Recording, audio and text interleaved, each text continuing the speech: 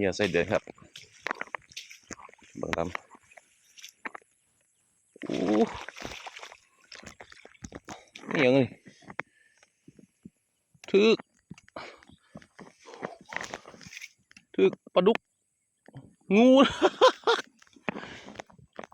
กินกันจากไหน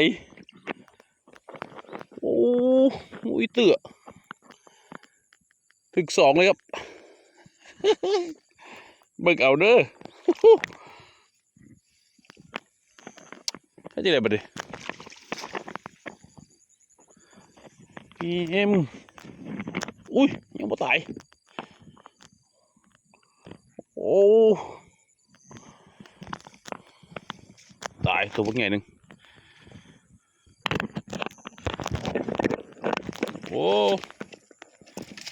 มันก็โคตรเนาะเบิกจัดการมันกัน